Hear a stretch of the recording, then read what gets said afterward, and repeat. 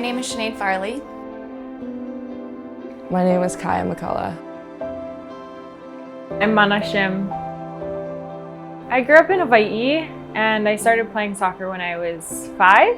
I knew I wanted to play professionally very early on. Let's see, after college, so I wasn't drafted. I entered the draft and I wasn't drafted, and it was the first year of the professional league, the new league, the NWSL. I was thinking I would just, go back to school, a graduate program.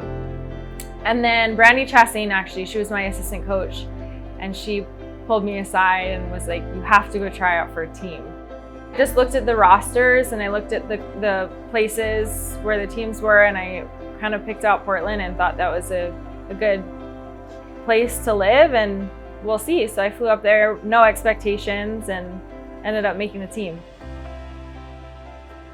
Both my parents were student athletes at UCLA. I was kind of raised in a household with really powerful athletes, and I was always drawn to sports. My mom was a gymnast. I started doing gymnastics when I was like 5. I was really bad at it. I immediately went into soccer and I absolutely fell in love. I was probably 12 or 13 when I realized that I could go to college for this and get my school paid for with it, and that in college I realized I could probably play pro too. So it was just a really awesome evolution. I feel like I really grew up with the game. I started playing soccer when I was 5. Both of my parents were athletes, good athletes. I just absolutely fell in love with it. Soccer was always just something that I loved, and I played because I loved it and I felt free. I just followed that passion and that love, and there wasn't like a set league in place for women at that time, other than the year before that I went into the draft. So I don't know, it wasn't like a solid dream I had to play pro until it kind of happened. I just did it because I loved it. The Washington Post released findings on investigations into the treatment of players on the Washington Spirit. Earlier, the North Carolina Courage team fired its head coach, Paul Riley. Two former players. Women's Soccer League just canceled all of its games this weekend. An environment that left players terrified. Amid allegations of abuse, including sexual abuse of players by former coaches. The world of women's professional soccer is facing a reckoning right now. So I came forward in a Washington Post piece written by Molly Hensley Clancy about the verbal and emotional abuse that I suffered under the hands of my head coach while I was at the Washington Spirit playing professional soccer in 2020. An old teammate of mine, Mana Shim, and I came forward because we both shared similar stories. We had sexual allegations against an old coach that we both played for. So it was a story from 6 years ago, and something that I had kind of worked through on my own. And so as much as I wanted to talk about it publicly because I thought it could be impactful, and I was worried about the fact that he was still in the league, I didn't feel like I could do it on my own. I wasn't confident that the league was ready for it. I was worried about just my future, and when it first happened, I didn't feel comfortable speaking publicly about it because I thought it would ruin my career, quite frankly. I wasn't gonna go on the record at all. I wasn't gonna tell my story. She was the one who contacted me about possibly just talking, and I was like, yeah, I'll get on the phone with you, I'll talk. Just because I had done a story with Molly the year prior. Once I got on the phone with Molly, I kind of word vomited, and everything came out, and it was the first time that I had really told anybody besides my family. From there, the story just kind of grew naturally, and it really became something bigger than me and bigger than the club. Again, I wasn't gonna go on the record at first, but after a few discussions, Molly was like, hey, this will be a lot more credible if somebody puts their name on it, and I talked to my therapist about it, I talked to my family about it, and I just sort of realized I didn't want anybody else to go through what I did. So if that meant putting my name on something and, potentially sacrificing a career in the sport that I had played for a long time, then that was what needed to happen. So we had a team of 3 attorneys, my 3 attorneys, And we've been working with them for over a year. Molly Levinson, who's worked a lot on the equal pay lawsuits, we together picked Meg. So we were like, you know, there are a lot of factors that go into it when you think about telling your story, especially something so personal. But we had a relationship with Meg Linehan. So we read some of her stuff, and Sinead and I mostly were like, we don't feel comfortable going with anyone else. And we talked for a very long time. It was a lot more than just a quick interview. It was really laying the whole foundation of how this came to be. She, I think, did an incredible job, and I can't imagine what this story would have been like if anyone else wrote it. I was terrified, and I honestly didn't want to be hounded with questions. I didn't want to be hounded with, you know, being gaslighted for my experience. You know, the part of me that went through that trauma that for so long thought it was my fault, I was trying to prepare myself for the backlash that I was possibly going to receive because it felt really scary to me. It was just really hard mentally and emotionally for me personally to feel so exposed.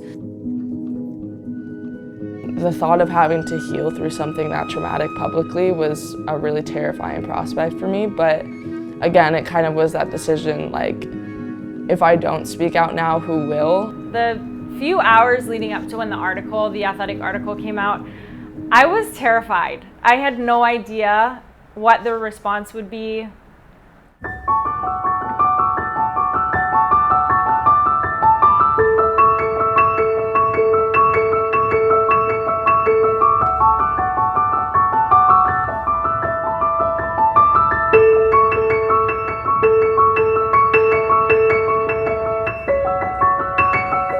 I have like chills in my body thinking about it again. I was just so blown away. It felt so good to feel so seen and supported. The reaction to my story and to other people's stories has been phenomenal, and I felt honestly an overwhelming wave of support. I think people were surprised, and people were dealing with a lot of their own guilt in not having done anything or not having noticed. Having the players respond the way they did, it made it very real. It just highlighted how big of an issue this is. Every person that's been in this league knows at some level what that felt like and has felt disempowered. And that's painful and sad.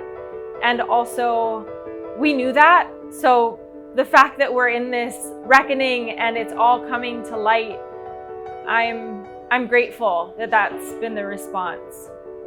There's something about coming together with other people, and this is what I loved so much about being on a team, and just like taking your power back and speaking up and saying this isn't how it's going to happen anymore, you know? And I think that it really reignited a passion inside of me for this stuff because I just really care about that and saw that I'm not alone. I just wanted to play soccer. I didn't want all of this other stuff. We don't feel like we have a choice. I didn't feel like I had a choice but to continue playing for Paul and being silent. And life is hard enough, and when we don't have people, especially people in power that we look up to that are supporting us and making us feel safe, it's 1,000 times harder to just do what we love. For me, like I look back at when I was playing during this time and I'm just, it's so painful. Like I can see it in my play, and I could, just watching myself on film, I can take myself back to that time. And I was withdrawn. I felt like I didn't want to be seen. And when you're playing soccer in front of a stadium of 16,000 people and you don't want to be seen because you're just ashamed of who you are, because you're not secure in your being, like that's gonna ruin your career. It's so unfair to these young girls, these young people who have to overcome that as well, just to pursue their dreams, just to do something that they love.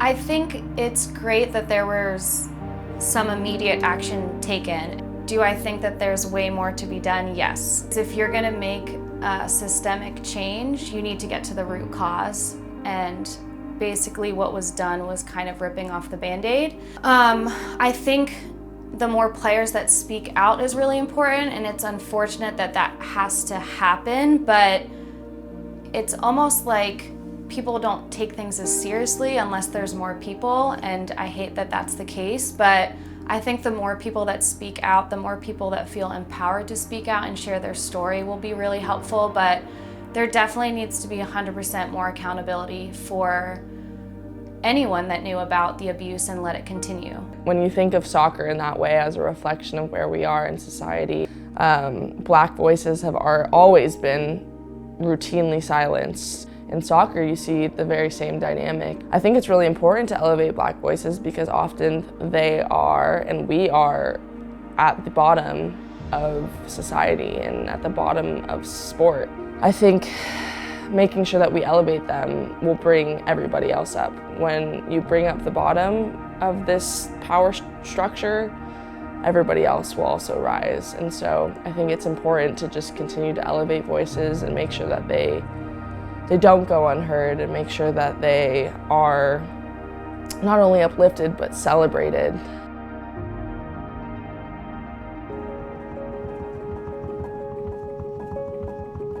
I feel like I'm at a place now where I can move on from this, and it's the journey and the healing and the growth that I never knew I needed. And I wonder what would have happened if I didn't talk about it, because I might not be in the same place. It's weird because as soon as I opened up about this, so many things in my life started falling into place for me, whether that's a new career or law school or anything like that. So I think it really kind of opened Pandora's box for me and accelerated my journey towards my next step.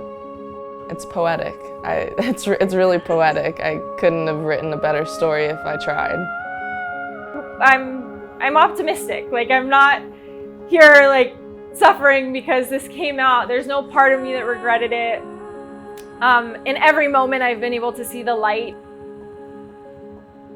I am now working for a wonderful nonprofit called Common Goal, helping run their anti-racist project. And then I just got accepted into a few law schools, so I'll be pursuing that next summer, starting in August. I don't know where I'm going yet, so do not ask me. I'm a little too ambitious with my goals right now. So I have a semester left of law school. And then hopefully pass the bar. So there are two things that I'm very passionate about. One is this work, the Me Too movement, addressing this systemic issue, because it's ongoing and it's gonna be our probably life's work. You know, it's gonna take a long time, and I'm committed to that, and I know more difficult conversations are gonna happen, and I wanna go through that. And I'm interested in transforming the criminal justice system, particularly in Hawaii, because I think there are different ways to do this work and have these conversations. I want to do things a different way. I'm excited for my life from here on out. I've let go of so much weight, and I've healed so much from a lot of things that I needed healing from, and it was so heavy to carry so much trauma in my body and feel like I had to go through it alone for so many years. I've just gained so much more confidence and experience, and I'm so much more myself. I want to serve the world and impact the world in so many ways, and I think just showing up as myself will do that. I always say this, and I always reflect on this, that I wanted to be somebody that I wish I had in my corner. And, you know, if that meant sacrificing the sport, so be it. If that meant continuing to work in the sport, but now in a different capacity, so be it. If that means doing interviews, writing articles, op-eds, whatever that may be, then that's what I'll do, because I think that the little girls and children who come after me deserve a lot better than I had and that a lot of other people had.